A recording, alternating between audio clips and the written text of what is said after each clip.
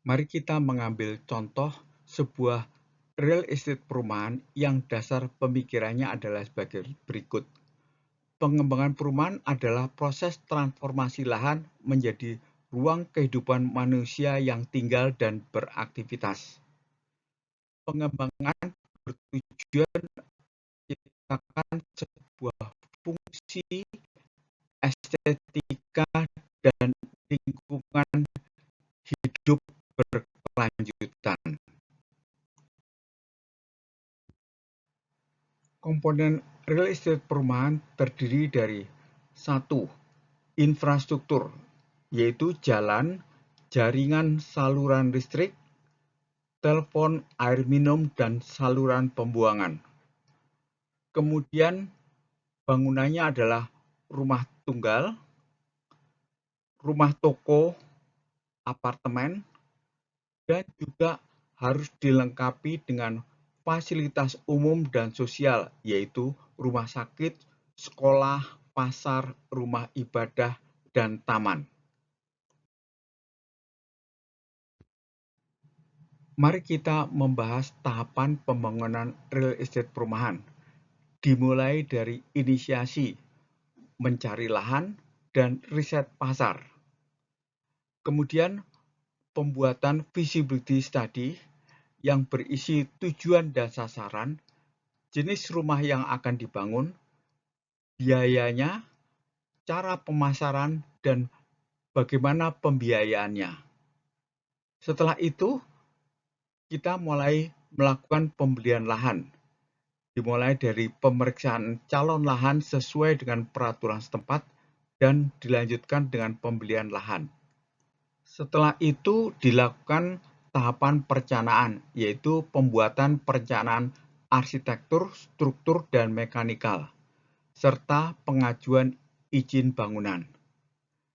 Dan kemudian dilanjutkan dengan tahap prakonstruksi, yaitu persiapan lahan, misalnya perataan lahan dan lain-lainnya, dan pematokan batas jalan, area perumahan, dan lain-lainnya. Kemudian selanjutnya adalah tahapan konstruksi, yaitu pembangunan infrastruktur, jalan, jaringan saluran listrik, telepon, air minum, dan saluran pembuangan, dan dilanjutkan dengan pembangunan bangunan perumahannya sendiri. Secara lebih rinci lagi, mari kita bahas tahapan perencanaan real estate perumahan, dimulai dari pemilihan lahan yang sebaiknya berupa Transit Oriented Development atau TOD sebagai pendekatan pengembangan perkotaan yang memiliki fungsi campuran area perumahan, pertokoan, ruang terbuka, dan area publik, dan berada dekat dengan titik transportasi dan pusat area komersial. Tahapan kedua adalah perencanaan jaringan jalan utama, yaitu sebaiknya akses dari jalan raya berupa jalan tol, jalan provinsi, dan lain-lainnya, dan ada jaringan sirkulasi yang efisien, serta lebar jalan yang memadai. Tahap ketiga adalah perencanaan jaringan listrik, telepon, saluran air minum, dan saluran pembuangan yang tersambung dengan jaringan lingkungan sekitar dan jaringan sirkulasi yang efisien, dan perencanaannya dilakukan secara terintegrasi.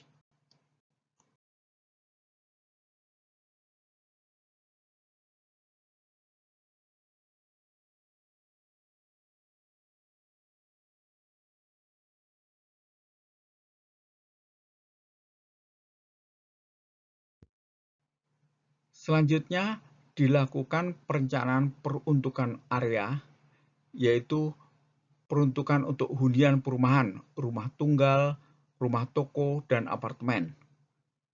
Dan juga peruntukan untuk fasilitas umum dan sosial, rumah sakit, sekolah, pasar, rumah ibadah, taman, dan lain-lainnya. Serta peruntukan untuk bisnis dan komersial berupa perkantoran dan perdagangan.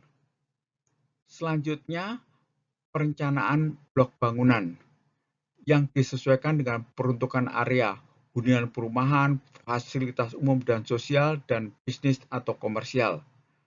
Dan sesuai dengan peraturan, yaitu koefisien dasar bangunan atau KDB dan koefisien lantai bangunan atau KLB yang telah ditentukan, serta melakukan perencanaan gubahan massa bangunan dan ruang transisi. Dan yang terakhir adalah perencanaan ruang terbuka hijau dan taman, yang luasnya sesuai dengan peraturan, dan taman yang dapat menampung aktivitas sosial dan desain arsitektur lanskap yang indah. Hal yang paling penting juga pada Business Development Real Estate ini adalah pembuatan studi kelayakan. Studi kelayakan dimulai dari analisis pasar dan kebutuhan lokal, yaitu analisa permintaan perumahan di lokasi untuk merancang jumlah unit yang sesuai dengan kebutuhan konsumen. Kemudian memahami tren gaya hidup dan preferensi konsumen akan membantu merancang perumahan yang sesuai dengan harapan target pasar.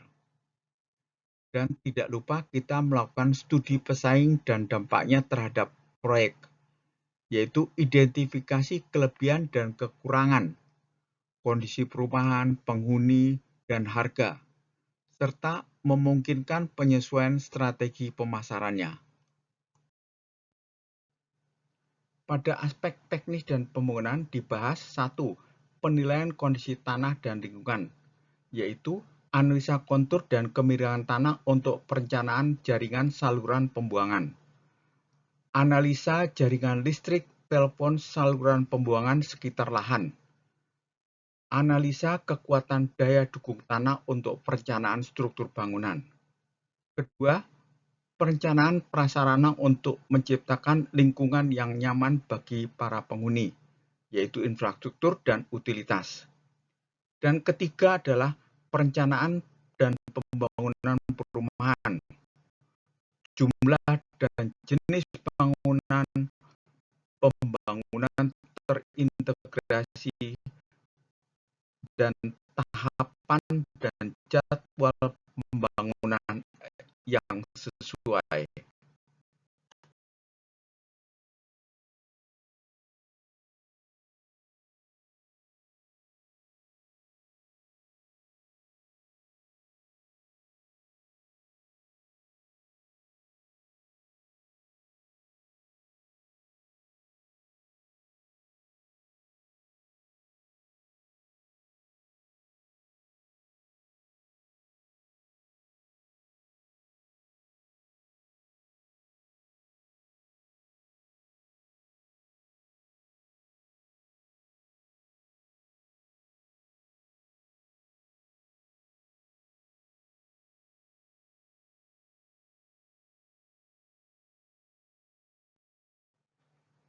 Aspek hukum dan perizinan membahas meneliti persyaratan hukum dan peraturan zonasi, yaitu memahami dan mematuhi regulasi lokal dan nasional untuk mencegah hambatan hukum.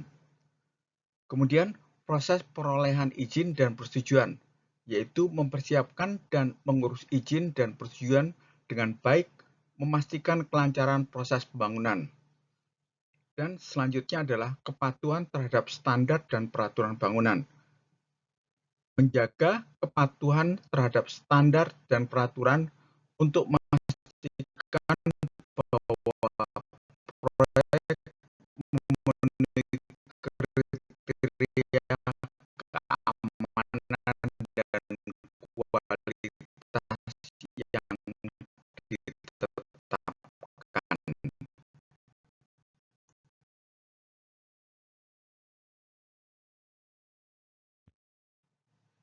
Selanjutnya kita bahas aspek finansial dan kelayakan investasi, yaitu perhitungan biaya pembangunan dan infrastruktur untuk dapat memastikan bahwa proyek tetap berada dalam batas anggaran yang ditetapkan. Kemudian, penilaian potensi pendapatan dan penjualan unit, yaitu menentukan harga jual yang wajar, dan menghitung potensi pendapatan untuk menilai keberhasilan finansial proyek. Selanjutnya, analisa return on investment dan payback period untuk memberikan gambaran tentang seberapa cepat investasi dapat kembali dan memberikan keuntungan. Pada aspek finansial, kita juga melihat peningkatan nilai dan harga jual, yaitu pada tahap pembangunan dimulai dari biaya pembelian lahan, biaya persiapan lahan, kemudian biaya konstruksi yang terdiri dari pembangunan infrastruktur, jalan, jaringan utilitas, listrik, telepon, air minum, dan saluran pembuangan. Kemudian pembangunan fasilitas umum dan sosial, dan pembangunan bangunan rumah, ruko, dan apartemen. Selanjutnya adalah komponen biaya operasional dan pemasaran. Nah, ini yang sangat menentukan, yaitu faktor business development. Pertama adalah pemilihan lokasi, kemudian perencanaan komposisi jenis rumah, selanjutnya perencanaan lahan atau site plan, dan desain arsitektur, serta kualitas bangunan yang sudah jadi. Kemudian penentuan harga dan strategi pemasaran dan penjualan. Sehingga pada tahap penjualan, nilai bangunannya akan naik, yaitu infrastruktur, fasum, dan fasos, yaitu infrastruktur, jalan, jaringan, utilitas, listrik, telepon, air minum, dan saluran pembuangan, fasilitas umum dan sosial, dan bangunan rumah, ruko, dan apartemen. Kenaikan nilai harga jual karena lokasi dan desain. Dan yang kemudian yang kenaikan nilainya cukup besar, yaitu nilai lahan dan harganya, yaitu kenaikan nilai atau harga lahan sebagai kontributor harga jual. Dan selanjutnya kita menentukan harga jual rumah, ruko, dan apartemen. Selanjutnya, kita membahas bagian yang cukup penting, yaitu pembiayaan proyek. Yang pengertian menurut OJK adalah pembiayaan proyek adalah pembiayaan yang dilakukan oleh bank atau lembaga keuangan untuk membiayai suatu proyek konstruksi. Ciri utama pembiayaan proyek adalah 1. Sindikasi pembiayaan, yaitu menggunakan beberapa lembaga keuangan karena jumlah nilai pembiayaannya sangat besar dan tidak bisa ditanggung oleh satu bank atau investor saja.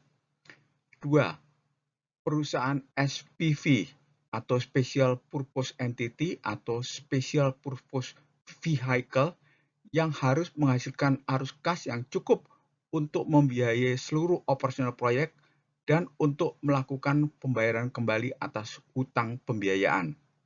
Ketiga, pembiayaan dengan hutang atau highly leverage. Dengan memanfaatkan hutang dalam jumlah yang besar, sehingga dapat mencapai 65 hingga 80% dari nilai proyek. Keempat, pembiayaan jangka panjang. Pembiayaan ini bersifat jangka panjang, bisa mencapai 15 tahun atau lebih karena digunakan untuk pembangunan proyek yang sangat besar. Berikutnya adalah sumber dana alternatif pembiayaan proyek. 1. Dana internal perusahaan atau modal pribadi.